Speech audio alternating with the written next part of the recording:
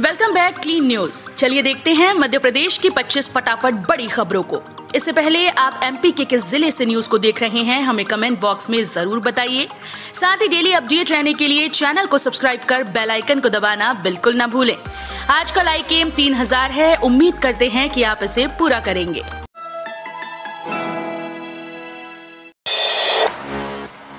ग्रामीण उपभोक्ताओं के लिए सरकार की नई व्यवस्था, 5% कम दर पर उपलब्ध होगी सामग्री।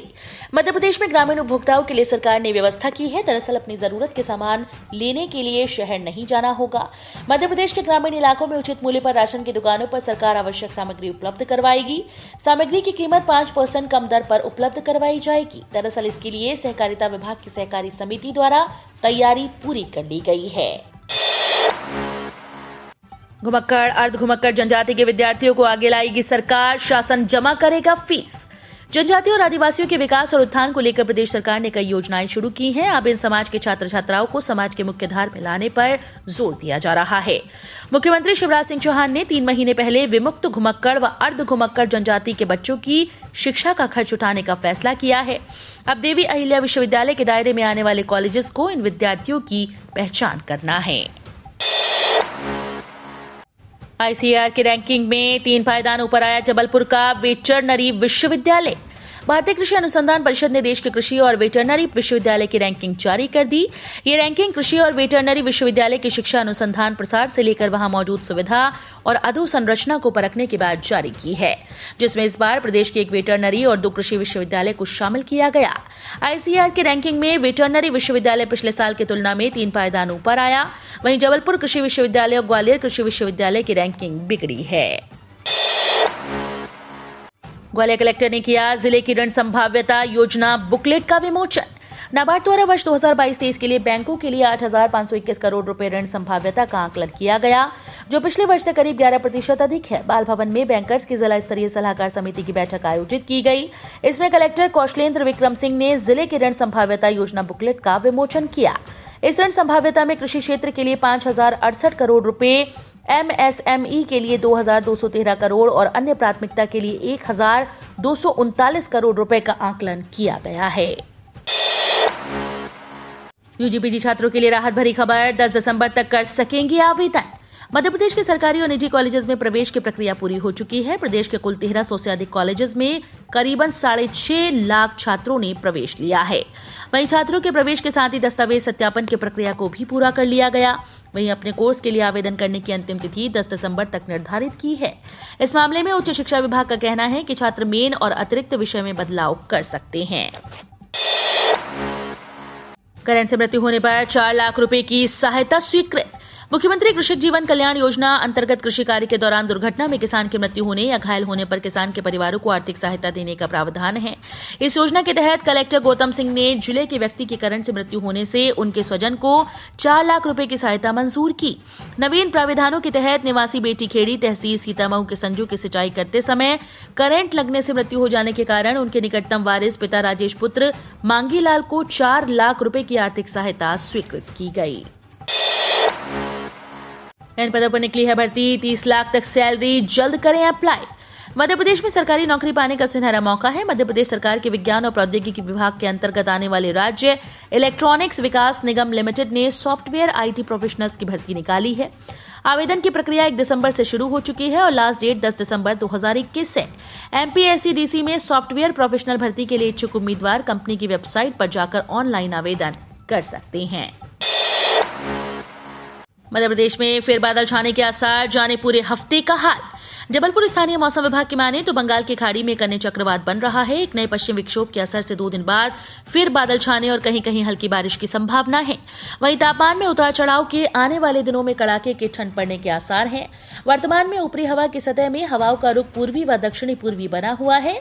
इस वजह से ठंड का असर नहीं दिखाई दे रहा, लेकिन 10 दिसंबर के बाद भोपाल और इंदौर में तेजी से ठंड पड़ने के आसार हैं। मध्य प्रदेश के 89 विकास खंडों में ग्राम सभा तय करेगी साहूकारी होगी या नहीं। मध्य प्रदेश में आदिवासियों को साहूकारों के शोषण से बचाने और विकास की मुख्य धारा में लाने के लिए शिवराज सरकार लगातार बड़े फैसले कर रही है। 89 आदिवासी विकास खंडों में अनुसूचित जनजाति वर्ग के व्यक्तियों के द्वारा गैर पंजीकृत साहूकारों से लिए गए ऋण को शून्य करने के बाद अब मध्य प्रदेश पंचायत उपबंध अनुसूचित क्षेत्रों में विस्तार अधिनियम लागू कर दिया है। इसे अब ग्राम सभा तय करेगी कि गांव में साहूकारी करने के लिए किसी को पंजीकृत करना है या नहीं। कोहरे के कारण देरी से रवाना हुई इंदौर से जबलपुर उड़ान, तकनीकी कारणों से इंदौर पुणे निरस्त।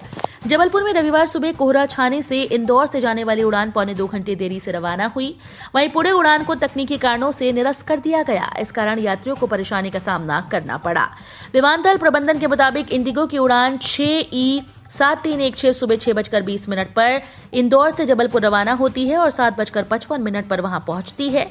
सुबह इस उड़ान से जाने के लिए 5 बजे से ही यात्री एयरपोर्ट पहुंच गए थे। उड़ान भरने से पहले जबलपुर ATC से चर्चा की गई तो वहां से बताया कि जबलपुर में घना कोहरा होने के कारण दृश्यता काफी कम है, जिसमें विमान का उतरना संभव नहीं है। इंदौर के महालक्ष्मी नगर की अधूरी सड़क को पूरा करने के लिए रहवासियों ने किया उपवास। शहर के पूर्वी रिंग रोड पर महालक्ष्मी नगर और पुष्प विहार के बीच मास्टर प्लान की अधूरी सड़क का निर्माण सरकारी प्रक्रिया और राजनीतिक वादों में अटक कर रह गया। इसी कारण क्षेत्र के रहवासी संघों ने फिर आंदोलन की राह अपनाई। इसी क्रम में रविवार को महालक्ष्मी और साईं कृपा कॉलोनी के चौराहे पर खाली मैदान में कुछ रहवासी एक दिन के उपवास पर बैठे।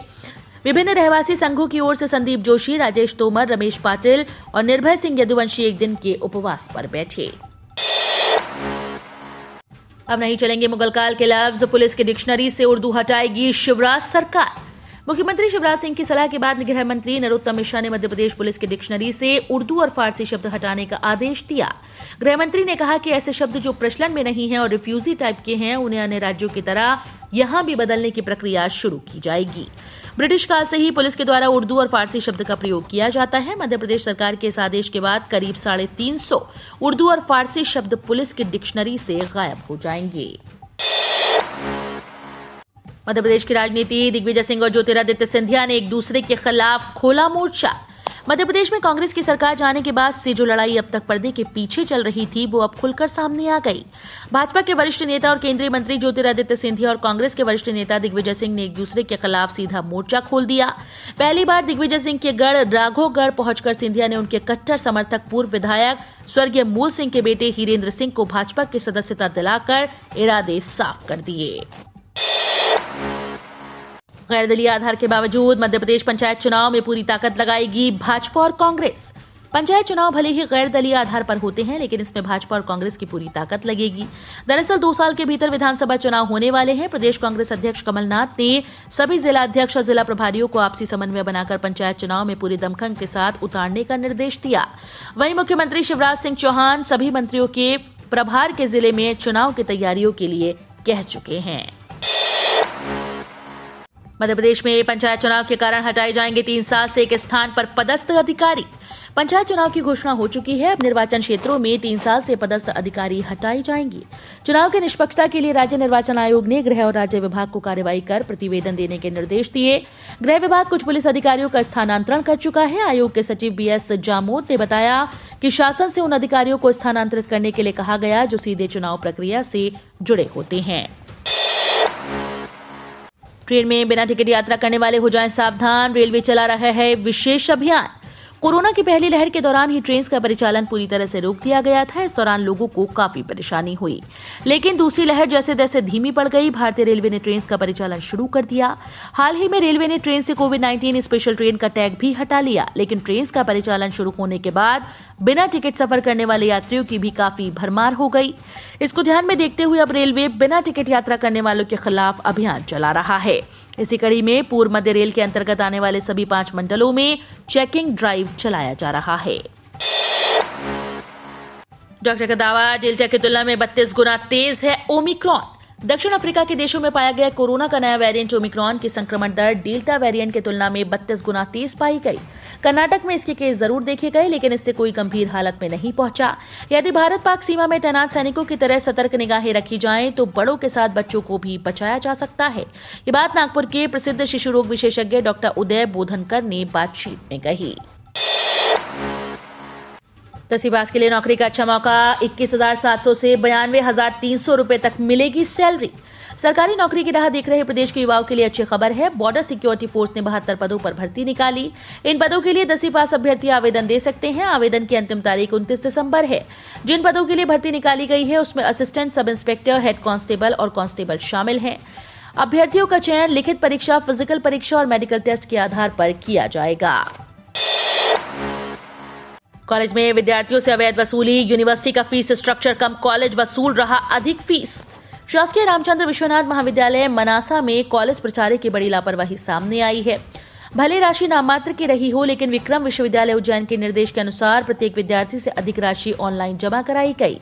अब जब सच्चाई सामने आई है तो प्राचार्य ने गलती स्वीकारते हुए राशि लौटाने की बात कही। कॉलेज के नोटिस बोर्ड में 24 नवंबर को सूचना चस्पा की गई, जिसमें लिखा कि कॉलेज के बीए, बीकॉम और बीएससी प्रथम वर्ष में प्रवेशित विद्यार्थी शुल्क की द्वितीय किश्त प्रवेश प्रभारी प्राध्यापक से चालान प्राप्त कर central bank of India Manasa में जमा कराएं।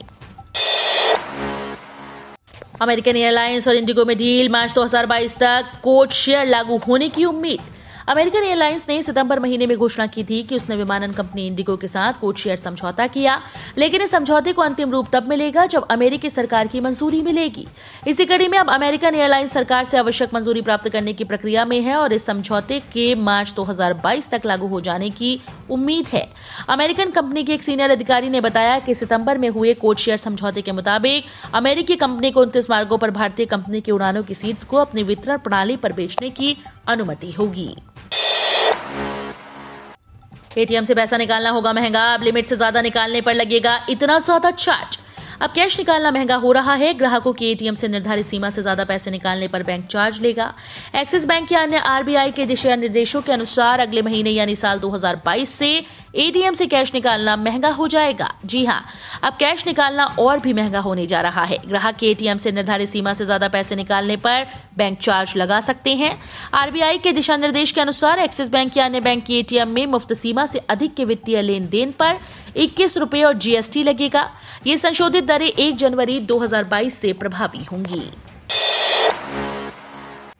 नौकरी छूट गई फिर भी मिलेगा पीएफ पेंशन का लाभ, जाने ईपीएफओ की नई अपडेट। देश के कर्मचारी भविष्य निधि संगठन के पीएफ खाता धारकों के लिए अच्छी खबर है। ईपीएफओ जल्द ही एक बड़ा बदलाव करने जा रहा है। इसके तहत नौकरी छूटने के बाद भी पीएफ पेंशन और ईडीएलआई का लाभ मिल सकता है। फिलहाल इस पर विचार चल रहा है और प्रस्ताव तैयार करने की तैयारी है। माना जा रहा है कि नए साल 2022 में इसे लागू किया जा सकता है। अगर ऐसा हुआ तो लाखों कर्मचारियों को लाभ मिलेगा। 1 करोड़ कर्मचारियों को मिली खुशखबरी, वेतन में 95,000 रुपए तक की वृद्धि। केंद्र सरकार के 7th पे कमीशन कर्मचारियों के लिए एक अच्छी खबर आई है। महंगाई भत्ते में हालिया बढ़ोतरी के बाद उनके वेतन में 95,000 रुपए की बढ़ोतरी होगी। 1 जुलाई से केंद्र सरकार के कर्मचारियों को महंगाई भत्ते में 28% की बढ़ोतरी मिल रही है और फिर केंद्र ने उनका डीए 28% से बढ़ाकर 31% कर दिया। एम्प्लॉयज को ध्यान देना चाहिए कि उनका वेतन उनके मूल वेतन और ग्रेड के अनुसार बढ़ता है। अब डीए बढ़ने के बाद इनकी सैलरी में इजाफा होगा। महंगाई भत्ते और महंगाई राहत में बढ़ोतरी 47.14 लाख केंद्र सरकार के कर्मचारियों और 68.62 लाख पेंशन भोगियों के लिए फायदेमंद साबित होगी। अतिथि शिक्षकों के मानदेय में होगी कटौती, की जाएगी बड़ी कार्रवाई। मध्य प्रदेश में लापरवाही पर शिवराज सरकार सख्त हो गई। लापरवाही बरतने वाले अधिकारी कर्मचारियों के खिलाफ एक तरफ जहां कार्रवाई की जा रही है, वहीं अभी शिक्षा विभाग ने भी शिक्षकों के लापरवाह व्यवहार पर बड़ी कार्रवाई की। दरअसल स्कूल्स में अतिथि शिक्षकों के वेतन में कटौती के आदेश जारी किए गए। मध्य प्रदेश शहडोल के सभी high school, high secondary school के प्रिंसिपल और विकासखंड शिक्षा अधिकारी को आदेश जारी करते हुए सहायक आयुक्त के द्वारा कहा गया कि विभिन्न स्तर पर शिकायतें प्राप्त हो रही हैं। शिकायतकर्ता का कहना है कि अतिथि शिक्षक अपनी मनमर्जी से विद्यालय में आते हैं और समय से पूर्व विद्यालय से चले जाते हैं। 52 जिला पंचायतों में अध्यक्ष पद के लिए 14 दिसंबर को होगा आरक्षण। मध्य प्रदेश में पंचायत चुनाव जल्द हो सकते हैं। राज्य सरकार ने तारीखों के ऐलान से पहले जिला पंचायत अध्यक्ष पद के आरक्षण की तैयारी कर ली। पंचायत राज संचालनालय ने सभी कलेक्टर और जिला सीईओ को पत्र लिखा। इसमें आरक्षण की प्रक्रिया फिर से शुरू करने के लिए कहा गया। इसके लिए विभाग ने 14 दिसंबर का दिन तय किया। पंचायत चुनाव में देरी की एक वजह जिला अध्यक्ष पदों का आरक्षण न होना भी था। हम रोज ऐसे ही न्यूज लाते रहेंगे। आपने अभी तक क्लीन न्यूज एमपी को सब्सक्राइब नहीं किया है तो फटाफट सब्सक्राइब कर लें। साथ ही बेल आइकन को दबाना बिल्कुल ना भूलें ताकि कोई लेटेस्ट अपडेट मिस ना हो।